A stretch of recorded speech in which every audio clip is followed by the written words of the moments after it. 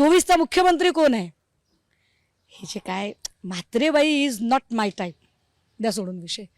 पण ह्यांच्याकडे जर एक कंटेंट असेल आणि यांच्या तोंडात दात असतील, जिगर असेल, बोलायची हिम्मत असेल, तर 2024ला शस्त्र परवाना कुणी रिन्यू केला याच्यावरती बोला. पिण्याचं पाणी तर महाराष्ट्रात कुणी मागितलं तर देईल, तो काही मुद्दा नाही. आणि पिण्याच्या पाण्याचा मुद्दा काय सांगतात, हे काय आहे तो पिण्याच्या पाण्याचा विषय? दारणा धरणातनं पाणी द्यायचं होतं, पाणी द्यायचं होतं मिरगावला.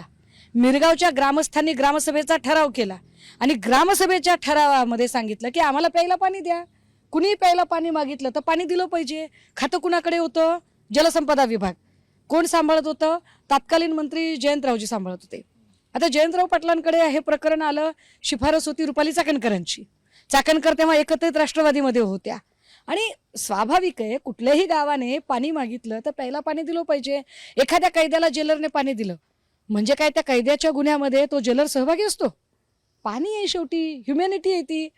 बरं, हे पाणी किती दिलं होतं? प्रतिदिन प्रति व्यक्ती 30 लिटर या क्षमतेने पाणी दिलं. प्रतिदिन प्रति व्यक्ती जर 30 लिटर क्षमतेने पाणी दिलेलं आहे आणि त्या क्षमतेचा जलकुंभ वर उभा केलेला आहे, तर या जलकुंभाला पुढे नंतर पाईपलाईन लावून जर त्याच्यात ते पाणी खरातच्या फार्म हाऊसला वळवलं असेल तर त्यात जयंतरावांची तरी चूक कशी असेल? पण 2024चा शस्त्र परवाना कसा दिला याच्यावर बोला आधी, मग आम्हाला सांगा.